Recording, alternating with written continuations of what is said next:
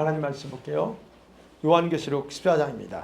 성경 제일 마지막 책이죠. 요한계시록 14장 1절에서 5절 교독할게요. 또 내가 보니 보라 어린 양이 시온산에 섰고 그와 함께 14만 4천이 서 있는데 그들의 이마에는 어린 양의 이름과 그 아버지의 이름을 쓴 것이 있더라.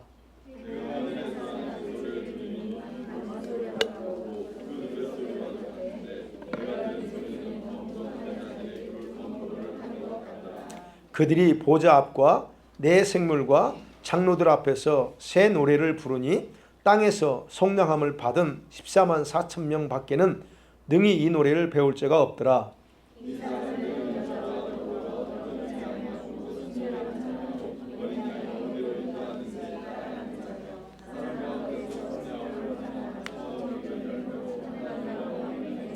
같이 읽습니다. 그 입에 거짓말이 없고 흠이 없는 자들이더라. 아멘.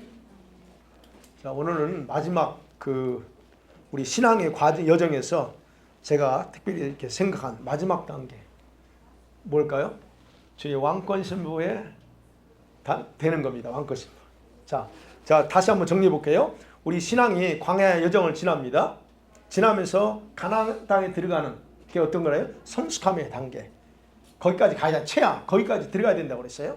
대부분 다 광야에서 죽지만 가나안까지 들어가야 되는 단계 가야 된다 그랬어요. 이 성숙함의 단계는 적극적으로 저와 여러분의 성도들의 적극적인 자유의지를 동원해서 뭔가를 해야 되는 그런 단계입니다. 그래서 믿음으로 결정하고 이제는 행동하면서 정복해 나가야 되는 과정이 바로 그 성숙함의 가나안의 단계라고 그랬어요. 그런데 정복해야 될 게 7개입니다. 가나안 7부족, 그 일곱 부족들의 성향과 성품들이 있다고 그랬어요. 근데 그런 것처럼 이 단계에서는 하나님의 다루심과 이런 여러 가지 고난을 통해서 우리 속에서 발목 잡고 있는 7가지 최악, 7가지 부족의 특성들을 제거해서 온전함에 이루어야 됩니다. 여러분 7가지 더 되겠지만 많은 부분에서 요즘 다 제거하고 또 이렇게 이겨나가고 있나요? 이거를 하나하나 다 처리해서 이겨나가야 된다는 거예요. 그래서 성숙함의 단계에서 목표는 뭐였습니까? 주님의 그 다루심 속에서 충분히 훈련받는 거예요. 충분히 훈련받아서 저와 여러분의 영혼이 주님과 실제적인 연합의 관계를 이루는 거라고 그랬어요. 단순히 내가 주님과 하나야 라고 이것이 아니고 실제적인 연합. 그래서 내가 그리스도 안에 있고 그리스도께서 내 안에 계시는 그런 단계, 그 단계까지 가는 게 우리의 목표다. 또는 장성한 분량에 이르는 것이다 라고 이제 그렇게 또 표현했습니다. 자, 이 단계까지 우리가 성장하면 어떤 상황이 올까요? 이 단계까지 이렇게 가면 여러분의 영은 자기를 자랑하지 않습니다. 교만할 수가 없습니다. 이때 이 가나안에서 다 다뤄져요. 교만은 다 다뤄집니다. 이런 어떤 그런 모든 부들이 다 다뤄져서 그때 가면 그냥 겸손해질 수밖에 없어요. 오히려 나는 죽고 누구만 살아요? 예수 그리스도만 나타내. 그래서 우리 입에서 뭐가 나와야 돼? 항상 예수님만 자랑하고 예수님만 나와야 돼요. 이런 단계로 나가면서 나는 점점점 사라져가는 단계가 바로 이 상황에서 일어난다 그랬습니다. 그리고 우리가 이 가나안에서 혹독하게 다루는 받고 훈련 받았기 때문에 이제는 점점점 우리 모습 속에서 예수님의 모습이 나오기도 하는 거예요. 그 삶에서 또는 성품 속에서 예수님처럼 온유하고 자비롭고 뭐 이런 모습들이 형상이라는 게 예수님이 무슨 말인지 아시겠죠? 그 형상을 점점점 닮아가게 된다는 거예요. 내적으로 어떠세요, 여러분? 이렇게 되면 내적으로는 능력 주시는 자 안에서 무엇이든지 가능하게 한다는 그런 실제적인 어떤 놀라운 강인한 믿음 같은 것들이 속에서 올라와요. 이 단계 가면 그냥 올라옵니다. 불가능이라는 게 없어 보여요. 그런 걸로 무장하게 되어 있다는 거예요. 자, 그런데 여기까지 올라오기까지는요, 많은 내적인 싸움이 있어요. 그리고 자기를 십자가에 못 박는 그런 고통, 그런 고통을 감수해야 돼요. 그냥 올라오지 못합니다. 그죠? 이 감수를 하셔야 돼요. 그리고 주님께서는 이런 성도들에게 새로운 차원의 단계로 이끌어 가셔요. 어떤 단계일 것 같아요? 주님 자신과 하나 된 성도들이에요.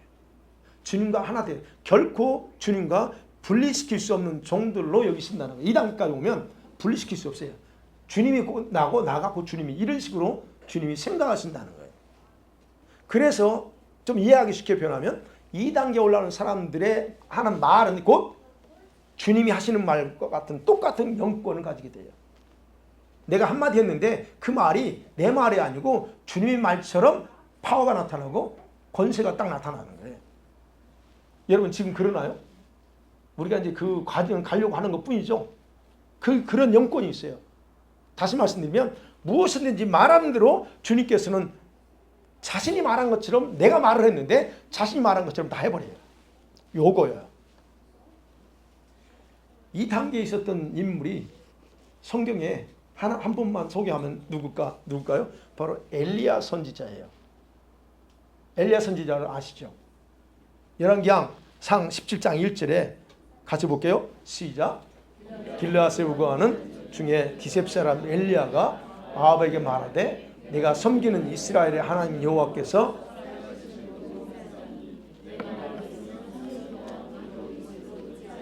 아멘. 제가 말하면 내 말이 없으면 수년 동안, 3년이었죠? 수년 동안 비도 이슬도 안 낼 거예요. 그럽니다. 근데 어땠어요? 그대로 돼요. 그대로 돼버립니다. 우리가 열왕기상 17장은 성경에 엘리야가 처음으로 등장하는 내용이에요. 거기서 갑자기 엘리야라는 인물이 등장합니다. 근데 등장하는데 엘리야가 저렇게 표현해요. 도대체 여기 내용을 보면 엘리야가 언제 선지자라 부름받았는지 또는 그의 신앙 백그라운드가 없어. 어떻게 훈련받았는지도 없고 이런 전혀 설명 없이 갑자기 엘리야가 딱 등장하는데 보통 인물이 아니죠. 그죠? 말합니다. 내 말이 없으면 3년간 이슬도 안 내릴 거야. 적어도 이슬은 내려야 되는데 이슬도 안 내리는데 여러분 이게 엘리야의 모습에서 바로 지금 제가 말씀드린 2단계까지 오면 그 내가 말하는 말이 꼭 주님 말이야. 이렇게 된다는 거예요. 그래서 엘리야를 보면 다만 처음에 등장하면서 그냥 기록된 말씀에 확인시켜 주는 건 뭐예요? 그가 일반 선지자와는 다르다는 거예요. 다른 선지자와 전혀 다른 차원의 선지자예요. 엘리야를 좀 잠깐 살펴볼게요. 엘리야의 특징이 뭡니까? 엘리야, 여러분, 하나님께서 필요할 때마다 그에게 직접 말씀합니다. 이제 17장, 18장 열왕기상 읽어보세요. 그러면 필요할 때 주님 말씀합니다. 그 말씀을 엘리야가 들어요. 그리고 그 말씀에 즉각 순종하는 사람이 또 엘리야예요. 주님이 이거 하나만 하고 하지 말라면 안 해요. 우리 식으로. 그리고 3년 동안 흉년 들었을 때요. 3년 동안 흉년 들었을 때 하나님께서 어떻게 그를 돌보나요? 까마귀를 통해서 물도 갖다 주고 떡도 갖다 줘. 필요한 음식을 다 제공해 줍니다. 그리고 18장에서 바알 선지자들과 영적 대결을 신청하죠. 도전합니다. 영적 대결을 신청할 때 그 얘기하는 거예요. 그래서 하나님께서 비를 내리시겠다고 말씀하실 때 그때 신청을 해요. 그러고 나서 바알 선지자 450명과 대결합니다. 대결하면서 전혀 두려워하거나 불안해하지도 않습니다. 내가 해놓고 내 말대로 안 되면 어떻게 하지? 불안해하잖아요. 내가 기도했는데 기도한 대로 안 되면 우린 불안하잖아요. 기도한 대로 안 되면 어떻게 하지? 이런 두려움, 염려, 불안해 전혀 하지 않습니다. 그리고 단호하게 말합니다. 불로 응답할 수 있는 그 신이 진짜 하나님이다 라고 얘기해요. 야, 여러분 보세요. 엘리야는 이미 하나님께서 자기가 어떤 것을 요청해도 다 역사하신다는 것을 이미 알고 있어요. 자기 말이 곧 하나님이 하시는 말씀과 똑같다는 건 그렇게 이해하고 있었다는 얘기예요. 그러니까 믿음의 단계에서 제가 볼 때 믿음의 단계에서는 엘리야는 바로 최고의 단계에 올라가 있는 상태에서 사역을 했다라고 우리가 볼 수 있다는 겁니다. 자, 이런 단계를 영성사역을 하는 목사님들마다 약간씩 다르게 표현해요. 그냥 지난번에 제가 얘기했던 주님과 연합한 단계 뭐 이런 식으로만 끝나지만 저는 이걸 좀 바꿔 표현하는 거예요.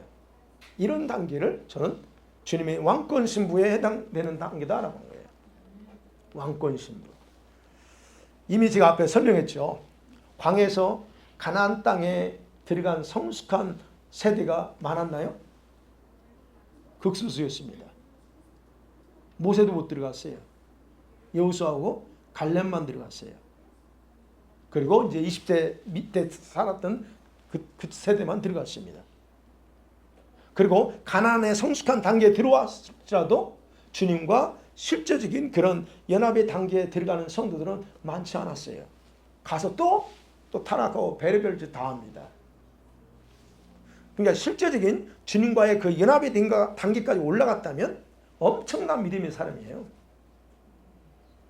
그래서 그런 사람들은 주님이 굉장히 기뻐하고 사용하시는 그런 믿음의 인물들이에요. 그렇다고 하면 보세요. 이와 마찬가지로 이 왕권 신부의 단계에 올라온 성도들도 극소수입니다. 많지 않아요. 왕권 신부에 해당되는 성도들은 두 부류로 구분할 수 있어요. 첫 번째가 어때요? 주님의 특별한 선택에 의해서 올라온 성도들이에요. 특별한 선택에 이거는 주님이 그냥 딱 이 땅에 보낼 때부터 너는 이런 일을 위해서 보낸받은 사람도 있어요. 그 다음에 두 번째는 그런 사람이 성경에 아브라함이나 다윗이나 엘리야 같은 그 사람들서 충분한 연단 받아요. 그렇다고 해서 딱 선택받았다 해서 갑자기 되는 거 아닙니다. 살아가는 인생 살아가는 동안 20년, 30년, 40년 충분한 연단을 받으면서 준비돼요. 설령 그렇다 할지라도. 그 다음에 다른 부류는 바울이 강조하는 것처럼 분명한 목적을 가지고 자신을 쳐서 복종함으로 거기까지 올라간 성도들이 있어요. 바울은요, 이 단계에 올라가고자 하는 성도들의 목적의식에 대해서 이렇게 말해요. 고린도전서 9장 24절 25절에서 말합니다. 시작. 운동장에서 다름질하는 자들마다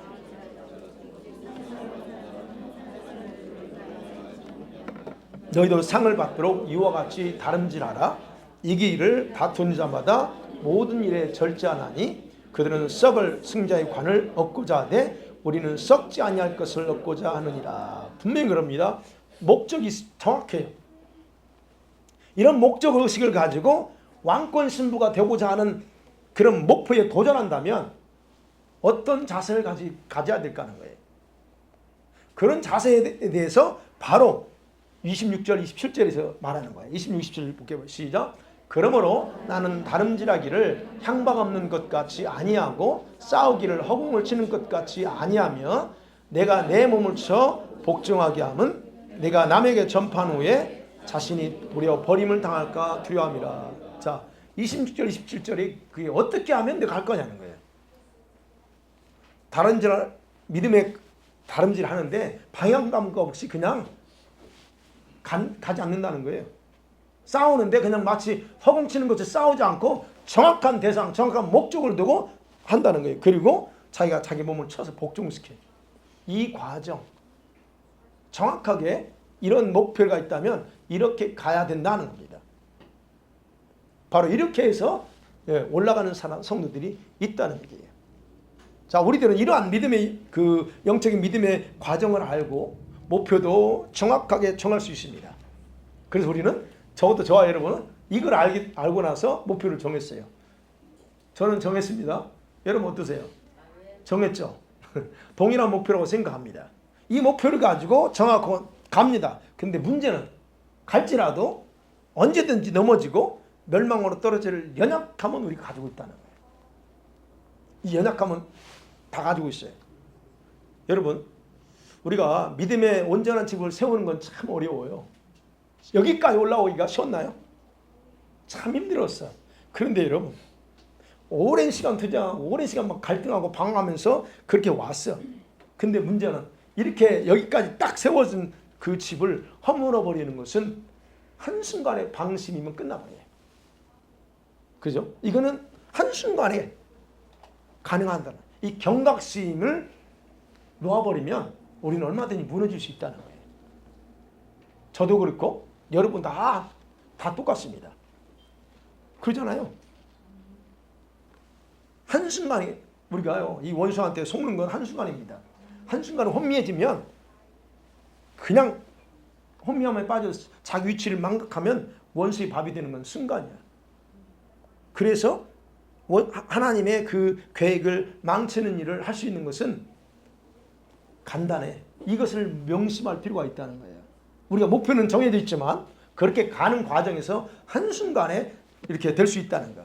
그렇기 때문에 왕권 신부가 되고자 하는 목표를 가지고 도전한다고 하면 한순간, 그래서 이제 우리가 방심하지 않도록 자신을 철저하게 지켜야 됩니다. 그래서 늘 보셔야 돼요. 내가 지금 어느 상태인가. 근데 이제 또 사람인지라 순간순간 또 무너져요. 그죠? 그래서 회개하는 거예요. 주님 회개하고 또 회개하는 거예요. 자, 어찌됐든 왕권 신부 그 단계에 해당되는 우리 성도들에 대한 생활의 특징이 나옵니다. 어떤 사람들이 왕권 신부냐는 거예요. 바로 오늘 본문의 그 말씀입니다. 본문의 말씀이요. 본문에는 14만 4천 명이 등장합니다. 14만 4천 명. 이들이 일반 구원받은 성도들과 다르다는 특징이 나와요. 이건 모든 구원받는 자를 말하지 않습니다. 다른 부류예요. 그 다른 부류라고 하는 건 어떻게 알 수 있냐면 첫 번째 보니까 1절이 말해요. 그들이 천국의 시온산에 서 있는 어린 양신 예수님과 함께 나란히 서 있습니다. 1절에 보세요. 그 나오죠? 보라, 어린 양이 시온산에 섰고 그와 함께 14만 4천이 딱 서 있어요. 다시 말씀드리면 시온산에서 예수님과 함께 옆에 나란히 설 수 있는 특권을 가진 자들이에요. 아무나 그 자리 가지 않습니다. 아무나 예수님 옆에 있는 게 아니에요. 특별하게 정해져 있어요, 이 사람들은. 그리고 뭐라고 그래요? 그들의 이마에 뭐가 써 있습니까? 어린 양의 이름과 아버지의 이름이 써 있어요. 여러분, 이게 뭘 의미할까요? 아무나 구원받은 성도들한테 예수님의 이름이 써 있고 아버지의 이름이 써 있지 않습니다. 분명하게요. 이 말은 뭐냐? 기록되어 있다는 말은 이들은 일반 성도들과 달리 오직 아버지와 어린 양이신 예수님께만 온전히 속한 자들이다 하는 뜻이에요.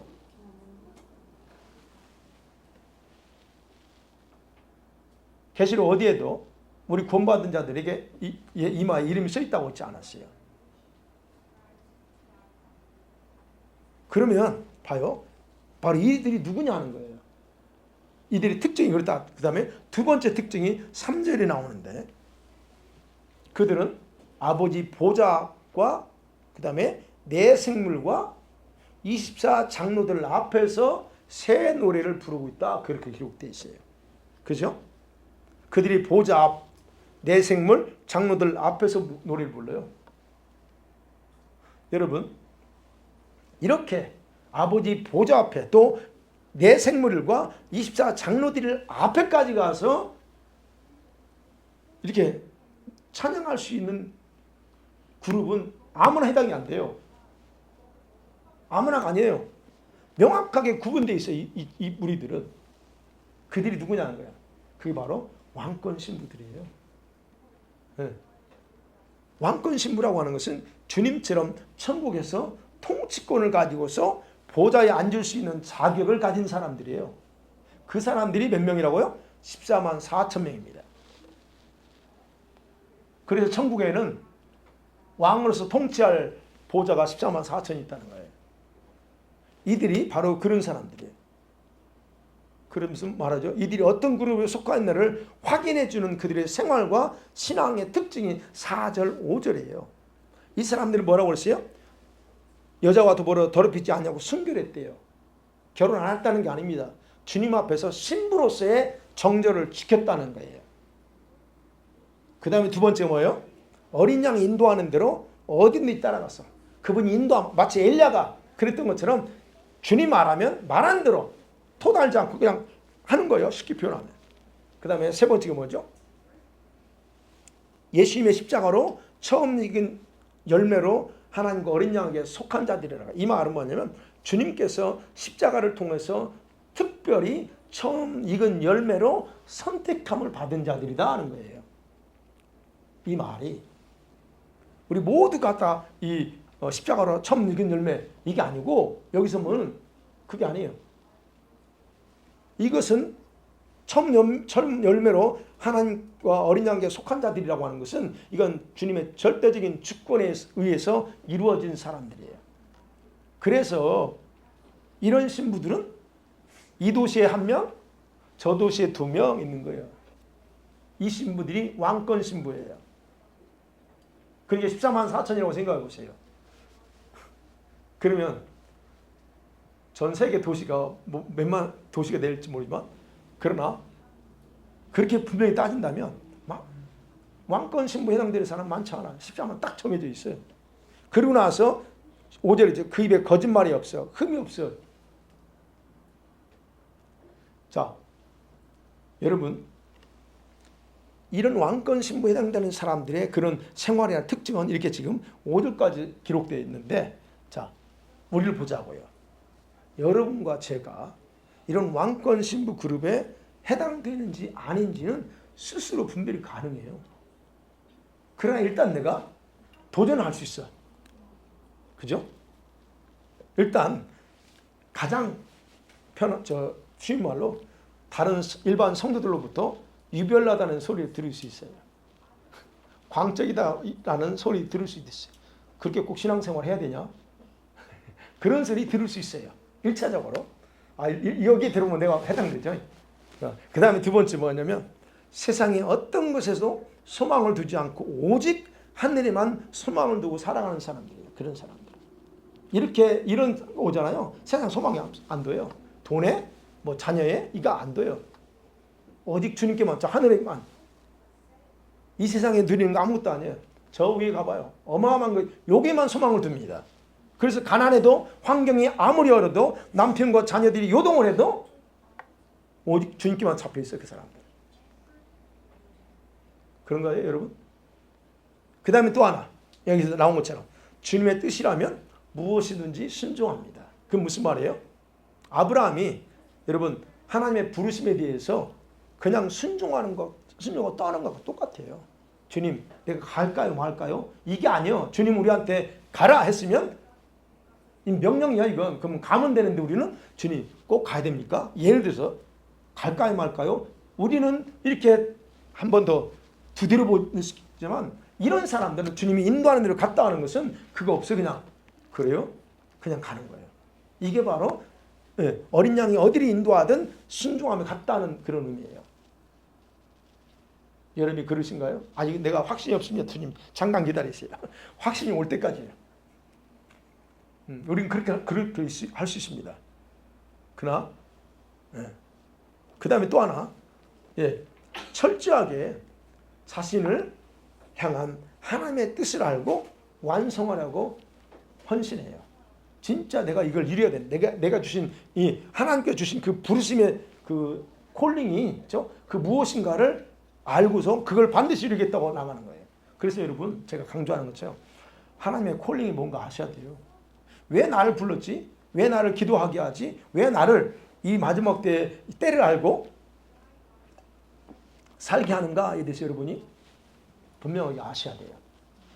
적어도 이런 걸 가지고 한번 점검해 보세요. 내가 지금 어떤 정도의 단계에 있는가 하는 거예요. 그러면 또 생각해 봅니다. 이 왕권 신부 단계에 올라가기 위해서 할 수 있는 방법은, 이제 우리가 첫 번째 단계, 그 하나님의 주권적인 특별한 선택이 아니라 두 번째, 바울이 말한 것처럼 두 번째에서 내가 하나님, 내가 그래도 목표를 두고 간다면 이 목적을 완성하기 위해서 할 수 있는 방법이 뭘까 하는 거예요. 내가 진짜 하나님의 왕권 보좌에 앉아서 적어도 왕권 신부로서 하고 싶다면 방법이 있어요. 방법이 뭘까요? 여러분, 제가 다 아는 얘기예요, 여러분들. 여러분이 하늘나라에서 영광 받고 상급 받으려면 반드시 대가 지불이 필요합니다. 대가 지불 없이 공짜로 주지 않습니다. 여러분, 이 세상에서 그렇죠? 어느 누가 공짜로 줍니까? 안 줘요. 영의 세계는 더 그렇습니다. 영의 세계는 공짜가 없어요. 우리들은 구원은 공짜, 은혜도 공짜라고 말합니다. 근데 엄밀하게 따지면요, 공짜가 아니에요. 왜 공짜가 아니에요? 예수님이 이미 십자가에서 자기 생명을 내어줌으로써 값비싼 대가를 다 치렀어요. 그 공짜가 아니야, 사실은. 이미 주님이 다 지불했어요. 그러니까 우리는 공짜처럼 주어지는 걸 뿐이지 공짜가 아니에요, 사실은. 근데 이제 주님은 그게 우리한테 선물로이라고 표현했기 때문에 그건 맞습니다. 그러니까 제가 말씀드린 영계에서는 공짜는 없다는, 그냥 주는 게 없어. 다 대가 지불해. 그런데 우리가 하나님 앞에서 천국에서 영광스러운 걸 얻겠다? 천국에서 내가 상급을 원한 만큼 받고 싶다? 대가 지불하셔야 됩니다. 거기 맞는 대가 지불.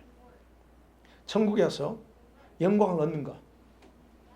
상급을, 어떤 상급을 얻는 것에 대한 부분은 대가 지불한 것에 따라 지불한 만큼씩만 주십니다.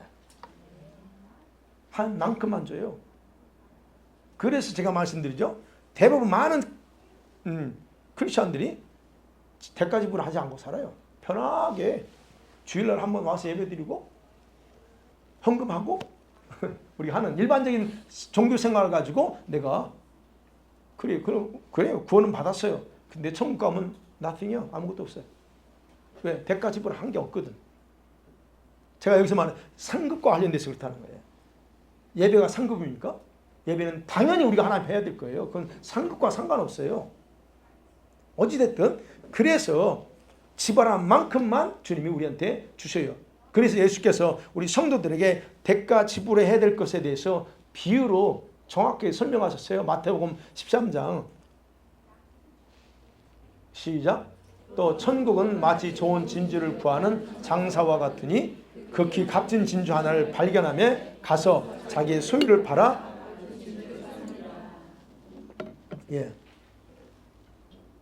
귀중한 걸 발견했어요. 아, 내가 이거에 대한 천국에 대해 내가 어떤 걸 어떤 상급, 어떤 영광을 받고 싶어 하는 게 여러분이 딱 정해졌다면 어떻게 해야 되지? 저렇게 하라는 거예요. 가장 귀한 보물이 뭔가를 발견했어. 그러면 그걸 얻기 위해서 기꺼이 투자해야 된다. 투자하지 않으면 안 된다는 얘기예요. 그래서 어떤 사람은 자기 전 재산 내려놓고 성교적 하기도 하고 또 전 재산을 뭐 이런 거 하는데 다 투자하잖아요. 왜? 진짜 알았으니까. 진짜 중요한 게 돈이 아니고 저 천국이라는 걸 알았기 때문에 그렇게 하는 거예요. 그러니까 주님과의 어떤 실질적인 연합을 이룬 단계까지는 거기까지 간 성도라면 투자하는 일에는 갈등하기 쉽잖아. 갈등 안 해. 당연히 그냥 쉽게 결단하고 쉽게 그냥 행동할 수 있어요. 이 상태 하면. 근데 우리가 이 성숙함의 단계까지 가면 이제 거기서 이제 고민하지. 이거 꼭 해야 되냐 말아야 되냐. 여기 가는 거예요. 여러분, 우리가 천국에 가서 얻을 영광 어떨까요? 상급은 상급이지만 또 영광이 있어요. 얻을 영광, 받을 영광. 그 영광을 얻으려면 어떻게 돼요? 그냥 얻지 않습니다. 그 영광도 달라요. 로마서 8장 18절에 시작. 생각하건대 현재 고난은 장차 우리에게 나타날 영광과 비교할 수 없느니라. 천국에서 받아야 될 영광을 기대한다면 이 세상에서 주님을 위한 고난, 주님을 위한 박해, 이 과정이 없으면 안 돼요. 그래서 십자가 없는 영광, 십자가에 고난 없는 영광이 있나요? 없습니다. 그래서 주님을 위해서 고난받는 거, 박해받는 거를 귀할 게 아니고 그게 영광이요. 많은 사람들이 부활의 영광을 원합니다. 그런데 고난받는 건 원하지 않아.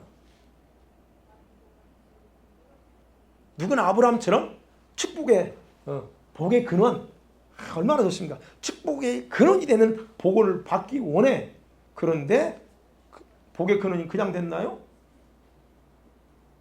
자기의 독자 이삭을 하나님 바치라고 할 때 기꺼이 드리는 그 과정 속에 든 거예요. 근데 이삭을 제물로 바치라고 하는 그런 고난은 싫어해.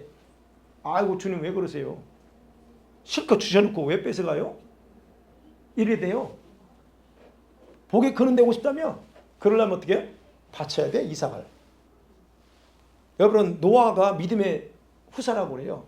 의의 후사, 그 고린도 후서, 베드로서 2장에 보면 노아는 의의 후사라고 그래요. 그때 당시에 의를 전파하면서 그러면서 진짜 위대한 믿음, 의의 후사였어요. 우리가 노아처럼 나도 하나님 앞에서 이런 사람이 되고 싶습니다 라고 고백하고 요청할 수 있어요. 근데 노아는 어떻게 했어요? 100년 동안 방주 짓는 것은 그는 주저하지 않았어요. 근데 우리는 그런 의의 후사가 되겠다 말을 하면서 거기에 따른 그런 건 전혀 하려고 하지 않는다는 거예요. 그러니까 십자가의 권한 없이 영광 없다 하는 겁니다. 그래서 예수님이요, 요한복음 12장 23절에 그랬잖아요. 예수님이 죽으실 날이 다가오자 뭐라고 하는 줄 아세요? 인자의 영광을 얻을 때가 왔다 그래요. 자기 죽을 날이요. 그러면 죽으려면 안 죽으려고 피하는 게 아니고 죽을 날이 다가왔던 걸 보면서 본인이 말하기를 아 이제 내가 드디어 영광 받을 날이 왔구나 라고 얘기하는 거예요. 어떻게 그게 가능하냐. 물론 주님은 그 천국의 그 모든 걸 다 아시니까 그렇게 할 수도 있어요. 그러니까 결국 거기에서 볼 수 있는 게 뭐냐. 영광 얻으려면 거기만은 대가, 생명을 지불하는 대가 있어야 그것이 나에게 주어진다는 거예요. 그런 차원에서 여러분 천국에서 내가 어떤 영광스러운 자리에 올라가 이거는 대가 지불의 결과로 주어져. 그렇다면 내가 왕권 신부가 되겠다 하면 거기에 따른 대가가 지불되어야 가능하다는 겁니다. 로마서 6장 8절에 그랬잖아요. 시작. 만일 우리가 그리스도와 함께 죽었으면 또한 그와 함께 살 줄을 믿노니. 분명히 말하면 바울이 말하죠. 거기 다시 한번 생각해보자. 우리가 예수님의 죽음에까지 동참해야 뭐가 있어요? 부활에 동참하는 영광을 받는다는 말씀이에요. 내가 죽지 않으면 어떻게 그분과 같이 부활하냐는 거예요. 죽지 않고는 부활이 없다는 얘기입니다. 그러니까 주님을 위해서 눈물을 흘린 만큼 주님께서는 충분한 보상을 하십니다. 자, 이런 성도들이 바로 이제 우리가 희망하는 그런 신부 또는 이런 성들이 이제 계시록에 보면 12 진주문을 지나서 영광을 얻는 거예요. 말씀 맺어볼게요. 자, 우리 모두는 주님의 신부들로 준비되기를 희망하면서 기도하고 있습니다. 그래서 최하 우리가 그래도 감사하게 흰옷을 어쨌든 신부의 기본적인 조건이 되는 흰옷을 거의 다 입었어요. 얼마나 감사한지 모릅니다. 흰옷을 입었어요. 그런데 주님과 실제적인 연합을 이루는 그런 단계에 오른 성도들도 주님의 신부일 수 있어요. 그러나 분명한 것은 왕권 신부에 해당되는 숫자는 14만 4천이라는 거예요. 이런 사람들은 오늘 보는 것처럼 이런 사람들은 주님께서 준비하신 보좌에 앉아서 주님처럼 심판하는 권세를 가졌어요. 그게 계시록 20장 4절이에요. 요한이 보아요. 그 보좌를 보는데 보좌 앉으니까 심판하는 권세를 가졌다고 그래. 그게 바로 왕권 신부들이에요. 그게 14만 4천입니다. 물론 14만 4천의 그 신부들이 다 똑같은 레벨은 아니에요. 그 신부 중에서도 레벨이 다 달라요. 레벨이 다 다르기 때문에 그건 모르죠. 그러나 어쨌든 그런 거 상관없이 보좌에 앉을 수 있다고 하는 것은 어마어마한 그런 특별한 특권을 받았다는 거예요. 그래서 우리들 중에서 저와 여러분 중에서 특별히 이렇게 선택된 왕권 신부가 있을 수도 있어요. 희망을 가져보세요.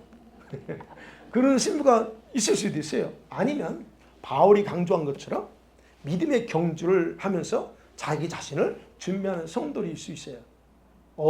후자일 것 같아요? 전자일 것 같아요? 예. 중요한 건 후자이든 전자이든 간에 우리가 이 분명한 목적을 가지고 있어야 된다는 거예요. 내가 뭐 어떤 성도로서 어떤 신부로서 내가 갈 건가 하는 거예요. 물론 제가 오늘은 왕권 신부에 대한 얘기만 신부도 이제 나눠진다고 그랬잖아요. 예. 그 신부의 결혼장치에 초대받은 사람이 되는 것만 더 영광이니까. 그렇지만 우리가 될 바에야 세마포 있는 신부가 되는 게 낫지. 어쨌든 그러니까 우리가 그것까지는 얘기 안 하지만 그래서 우리가 목표를 정확하게 정하고 바울이 얘기한 것처럼 가다. 근데 이제 특별히 선택한 자들이든 아니면 바울이 말하는 사람처럼 이렇게 그런 사람 둘 다 어떻게 해요? 둘 다 하나님의 확실한 훈련을 통해서 신부로 만들어지고 있다는 거예요. 특별히 선택받은 사람이 지금 신부가 되는 게 아니고 그들도 지금 우리처럼 똑같이 신부로 만들어지고 있어요. 그러니까 우리에게도 여전히 희망은 있습니다. 가능성이 있어요. 다만 그래서 얘기하는 거야. 바라기는 제가 여러분 바라기는 저도 마찬가지입니다. 여러분 믿음과 훈련의 목표를 높게 잡고서 달려가야 된다는 거예요. 지금 조금 힘들다고 조금 힘들고 육체적으로 좀 힘들고 정신적으로 영 힘들다고 기도줄 놓쳐요? 그러면 안 되지. 여러분 기도하면서 우리가 이제 우리는 크라이아웃 하잖아요. 여러분 그 부르짖기만 하면 여러분 영이 예민해 날카로워져요. 우리는 그래서 계속 기도하면서 하다 보면 영이 날카로워지다 보면 여러분 아무것도 아닌 것에 막 예민하게 반응합니다. 그래서 특별히 이것이 훈련이 안 되는 경우는 남편의 말 한마디에 그냥 확 반응할 수 있어요. 근데 여러분 그거 훈련해야 돼요. 그게 지금 영이 예민한 거예요. 아니 제가 날카로운 기도 막 우리 부르짖고 하면서 영이 날카롭고 예민해진 거예요. 이거. 근데 그거를 부드럽게 만들어야 돼. 부드럽게 어떻게 만들어요? 어떻게 만들어요? 부드럽게 하려면? 네. 묵상하지 말고 조용히 하나님 앞에서 조용히 기도하는 거예요. 막 여기서는 괜찮아. 그래서 제가 말씀드려요. 여러분이 개인적으로 기도할 때는 부르짖지 않아도 이런 그런 기도 하시라는 거야. 그렇게 되면 여기서 막 할 때 그 날카롭고 예민했던 것이 이제 부드럽게 바뀌어요. 이것이 계속 같이 맞물려 가야 돼요. 근데 어느 정도 이게 딱 되잖아요. 그러면 그렇게 하든 저렇게 하든 그냥 이게 그냥 이렇게 유연하게 가요. 근데 지금은 안 될 수 있어요. 이상하게 거슬려. 남편 말이 거슬리고 애들 말이 거슬려. 그래서 그런 거예요. 그러니까 이제 그걸 알고 하시면 됩니다.